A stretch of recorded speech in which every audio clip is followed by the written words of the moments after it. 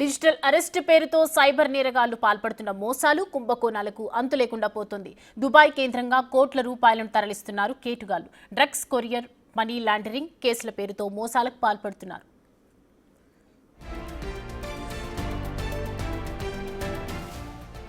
అలాంటి సైబర్ నేరగాడు మహమ్మద్ జుబైర్ అహ్మద్ ను Hyderabad cyber crime పోలీసులు అరెస్ట్ చేశారు. అతనిపై తెలంగాణలోనే 24 కేసులున్నాయి. హైదరాబాదీని డిజిటల్ అరెస్ట్ పేరుతో 55 లక్షలు మోసం చేసిన జుబైర్ దుబాయ్ కేంద్రంగా సైబర్ మోసాలకు పాల్పడుతున్నారు.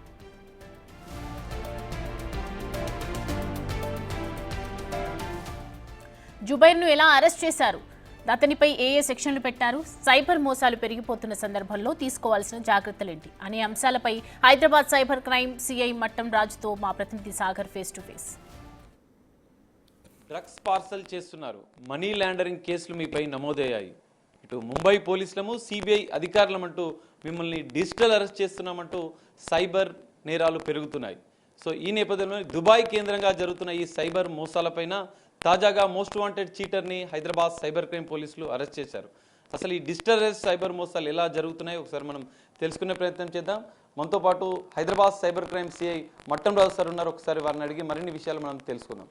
సార్ చెప్పండి, దుబాయ్ కేంద్రంగా ఈ డిజిటల్ అరెస్ట్ సైబర్ నేరాలు ఎలా జరుగుతున్నాయి? ఈ ఫెడెక్స్ కొరియర్ అనే దానిలో భాగంగా మా విక్టిమ్ని గత సంవత్సరం సెప్టెంబర్లో ఫోన్ చేసి బెదిరించి అతని వద్ద నుంచి 55 లక్షల రూపాయలు వేరే అకౌంట్ ద్వారా, ఆయన అకౌంట్ నుంచి వేరే అకౌంట్ ద్వారా ట్రాన్స్ఫర్ చేయడం జరిగింది.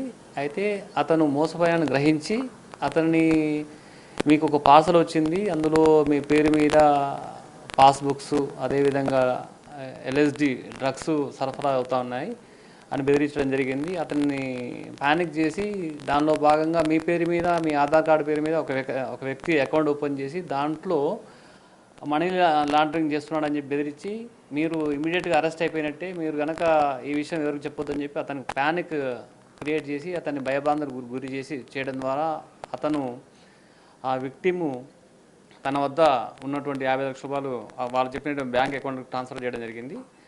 ఆ ట్రాన్స్ఫర్ అయిన తర్వాత కొన్ని రోజుల తర్వాత అది గ్రహించి మా సైబర్ క్రైమ్ పోలీసు రావడం ద్వారా అతని ఫిర్యాదును స్వీకరించి ఎఫ్ఐఆర్ చేయడం జరిగింది. దాన్ని పరీక్షించి ఆ డబ్బు మనీ ఫ్లో చార్ట్ ఎట్లా పోయిందని చెప్పి కనుక్కోవడం ద్వారా ఆ మనీ ఫ్లో అయిన దాన్ని బట్టి అకౌంట్ ఎవరిపై ఉన్నాయో వాళ్ళని అరెస్ట్ చేయడం జరిగింది గత సంవత్సరం సెప్టెంబర్, అక్టోబర్లోనే. అయితే అతని ద్వారా వాళ్ళు చెప్పిన వివరాలను బట్టి వాళ్ళు దుబాయ్ కేంద్రంలో ఎవరైతే హైదరాబాద్ నుంచి దుబాయ్లో పోయి దుబాయ్ కేంద్రంగా పనిచేస్తున్నటువంటి ఆపరేట్ చేస్తున్న జుబైర్ అహ్మద్, అదేవిధంగా సాదిక్ల ద్వారా మేము పని చేయడం జరిగింది సార్ అని చెప్పి వాళ్ళ కన్ఫెషన్ ద్వారా ఆ అకౌంట్ ఎట్లా జరిగింది, ఇతను వేసిన అమౌంట్ని మళ్ళీ వాళ్ళే P2P ద్వారా హైదరాబాద్కి పంపించి వాళ్ళ ఏజెంట్ ద్వారా ఇండియన్ కరెన్సీ రూపంలో పంపడం ద్వారా మళ్ళీ సేమ్ అదే అమౌంట్ విత్డ్రా చేసి హవాలా ద్వారా పంపడం జరుగుతుంది. మళ్ళీ సేమ్ అదే రిటర్న్ మనకు వస్తూ ఉందన్నమాట.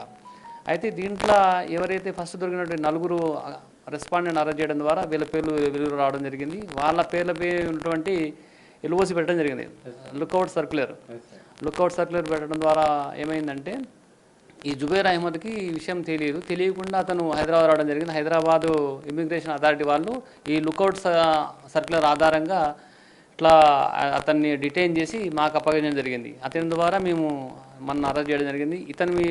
వీళ్ళు ఆపరేట్ చేస్తున్న అకౌంట్ల మీద దగ్గర 110 కేసులు ఉన్నాయి. అందులో 25 కేసెస్ హైదరాబాద్, తెలంగాణ సంబంధించిన కేసులు ఉన్నాయి. ఈ విధంగా మనం ఎవరు కూడా గుర్తు తెలియని వ్యక్తులు కానీ, అపరిచిత వ్యక్తులు కానీ మనకి ఇట్లా మీరు నేరంలో పాల్గొన్నారు, మీరు అరెస్ట్ అయినట్టు చెప్పిన మాటలు మాత్రం నమ్మొద్దు, ఎవరు కూడా ప్యానిక్ కావద్దు, అటు సందేశాన్ని వాళ్ళని ఫోన్ వినండి, కట్ చేయడం ద్వారా మనం సేఫ్ కావడం జరుగుతుంది. ప్రధానంగా ఈ కేసులో చూస్తే దాదాపు 100కు పైగా కేసులు ఉన్నాయి, 25కు పైగా తెలుగు రాష్ట్రాల్లో కేసులు ఉన్నాయి. సరే, ఎట్లా మోసానికి పాల్పడ్డారు, ఇందులో బాధితులు ఎంతమంది, ప్రధానంగా అంటే ప్రముఖంగా ఎవరైనా ఉన్నారా, ఎంత అమౌంట్ కోల్పోయారు ఇందులో? అయితే ఈ అంతా కూడా ఇన్వెస్టిగేషన్కి నడుస్తూ ఉంది. ఈ ముఖ్యంగా మన అకౌంట్కి సంబంధించిన వాటికి వెరిఫై చేస్తూ ఉన్నాం, ఇంకా తెలియాల్సి ఉంది. ఇక్కడ దుబాయ్కి తరలించిపోతున్నాయి, ఎందుకంటే సైబర్ నేరాల ద్వారా వచ్చిన డబ్బుని దుబాయ్కి ఎట్లా తరలిస్తున్నారు, క్రిప్టో కరెన్సీగా మారుతున్నట్లుగా కూడా తెలుస్తుంది. దేశం విడిచిపోతున్నాయి ఈ సైబర్ మోసాల ద్వారా. ఇక్కడ ఏజెంట్లు కానీ బ్యాంక్ అధికారులు కానీ వీరికి ఏమైనా సహకరిస్తున్నట్లు మీ దర్యాప్తులో తేలిందా? అయితే మేము మీరు అడిగిన దాని ప్రకారం యాక్చువల్గా వెరిఫై చేస్తూ ఉన్నాము. ఈ బ్యాంకు వాళ్ళ మీద కూడా కాన్సల్టేషన్ జరిగింది. ఈ మా పై అధికారుల ఆదేశాల మేరకు వాళ్ళని పిలిపించి విచారణ చేయడం జరుగుతూ ఉన్నది. అదేవిధంగా వాళ్ళు ఎవరైతే అంటే వీళ్ళు ఉద్యోగంలో భాగంగా చేశారా లేదా కావాలని చేశారని కూడా విచారణ జరుగుతుంది. దాని అనంతరం తెలుస్తూ ఉంటుంది. ఇంకా టీం ఎంతమంది ఉన్నారు? ఇప్పుడు జుబైర్ అహ్మద్తో పాటుగా దుబాయ్ కేంద్రంగా ఈ మధ్య కాలంలో చూస్తే సైబర్ మోసాల ద్వారా వచ్చిన డబ్బు పూర్తిగా దుబాయ్కే వెళ్తుంది. సో అక్కడ ఇంకా వీళ్ళు ఇంకేమైనా ఆపరేట్ చేస్తున్నారా? వీళ్ళ ముఠాగా ఏమైనా ఉన్నట్లుగా మీ దర్యాప్తులు ఏమైనా గుర్తించారా? ఇంకా ఇతనితో పాటుగా సాదిక్ అని ఇంకొక అతను కూడా ఉన్నాడు. అతను కూడా దొరికితే ఇంకా వివరాలు మనకు తెలుస్తూ ఉంటాయి. ఈ మ్యాక్సిమం ఇక్కడ హైదరాబాద్ దాన్ని అరెస్ట్ చేశాం. అయితే జుబైర్తో పాటు ఇంకో సాదిక్ అని వ్యక్తి ఉన్నాడు, అతను కూడా పట్టుకోవడం. రికవరీ అనేది సాధ్యమవుతుందా? దుబాయ్కి తరలి వెళ్ళిన నేపథ్యంలో బాధితులకు మళ్ళీ అమౌంట్ రిఫండ్ వచ్చే అవకాశం ఉందా అసలు ఈ కేసులలో? అయితే యాక్చువల్గా ఏదైతే మనం మోసం జరిగిన వెంటనే మనం స్పందించి 1930 కాల్ చేయడం ద్వారా మనము ఆ పోర్టల్లో ఏదైతే అకౌంట్ ఇస్తామో ఆ ఫ్లో అయిన మనీ మొత్తం ఆగడానికి ఆస్కారం ఉంటుంది. దాని తర్వాత దాన్ని బట్టి మనం ఫ్రీజ్ అవుతుంది. దాన్ని బట్టి మనం కోర్టు ఆర్డర్ ద్వారా మనం రికవరీ చేసే అవకాశం ఉంది. దేశవ్యాప్తంగా ఈ జుబైర్ అహ్మద్ విషయంలో ఆయన వాడినటువంటి అకౌంట్లో 100కు పైగా కేసులు నమోదైనట్లున్నాయి. ఇంకా వాటికి సంబంధించిన వివరాలు కూడా ఏమైనా గుర్తించారా? ఇంకా కేసులు పెరిగే అవకాశం ఏమైనా? ఇంకా అది ఆ ఫ్లో అయిన దాన్ని ఇంకా ఎంక్వైరీ చేస్తూ ఉన్నాం, ఇంకా తెలియాల్సి ఉంది. సార్, ఫైనల్గా ఇప్పటికే అవగాహన కార్యక్రమాలు పెద్ద ఎత్తున చేస్తున్నారు సైబర్ మోసాల పరిధిలో ప్రజలు గురి కాకుండా ఉండేందుకు. సో ఇంకా ఈ నేరాలు అయితే ఇంకా పెరుగుతూనే ఉన్నాయి. మీరేం చెప్తారు స్ట్రేట్గా వ్యూవర్స్కి, ప్రజలకు ఎలాంటి మెసేజ్ ఇస్తారు? ఈ డిజిటల్ అరెస్ట్ విషయంలో మోసపోకుండా జాగ్రత్తలు తీసుకోవాలి. డిజిటల్ అరెస్ట్ విషయంలో మనం మోసపోవద్దు అంటే ఎవరైతే వ్యక్తి మనము మీరు ఎక్కడ పోలీసు కూడా మిమ్మల్ని ఫోన్ ద్వారా అరెస్ట్ చేస్తామనే పద్ధతి ఎక్కడ కూడా ఉండదు. దీని మాత్రం మనం ఏ పోలీసు కూడా మీరు అరెస్ట్ అయిపోయారు అంటే ఇట్లా ఫోన్ ద్వారా అరెస్ట్ అనేదాన్ని మనం నమ్మదు. యాక్చువల్గా మనం చెప్పేది వినాలి. అది ఇదేదో మనల్ని ట్రాప్లో చేస్తున్న భయభ్రాంతులు గురి చేస్తున్నారని చెప్పి మనం ఎమ్మటే రాగానే దాన్ని కట్ చేయాలి. యాక్చువల్గా కట్ చేసి మీ తెలిసిన పోలీస్ ఆఫీసర్లకు మీ ఎవరైతే పరిచయం వ్యక్తులకు చెప్పడం ద్వారా లబ్ధి పొందొచ్చు. 1930 కాల్ చేయొచ్చు, లేదా మీ నియర్ బై పోలీస్ స్టేషన్కి కంప్లైంట్ చేయడం ద్వారా మీకు సహాయం తీసుకోవచ్చు. ఎక్కువ ఇట్లా జనరల్గా ఏంటంటే ముంబై పోలీసులమని లేకపోతే సిబిఐ అధికారులమని రియలిస్టిక్గా వీడియో కాల్ చేస్తూ నమ్మిస్తున్నారు సార్, కానీ ప్రజలకి ఇంకా మోసపోతూనే ఉన్నారు. అట్లాంటి వాళ్ళకి ఎట్లా?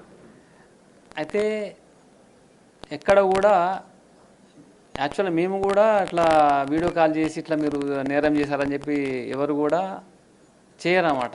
ఇది ఒకటి మనం గ్రహించాలి. నేరస్తుడికి నువ్వు నేరం చేసినావు అంటే వాడు అబ్స్కాండింగ్ అవుతాడు. మనం నేరం చేయకముందే నువ్వు నేరం చేసినావు అంటే వాడు రియల్ పోలీసు అని చెప్పి మనం నమ్మాలి.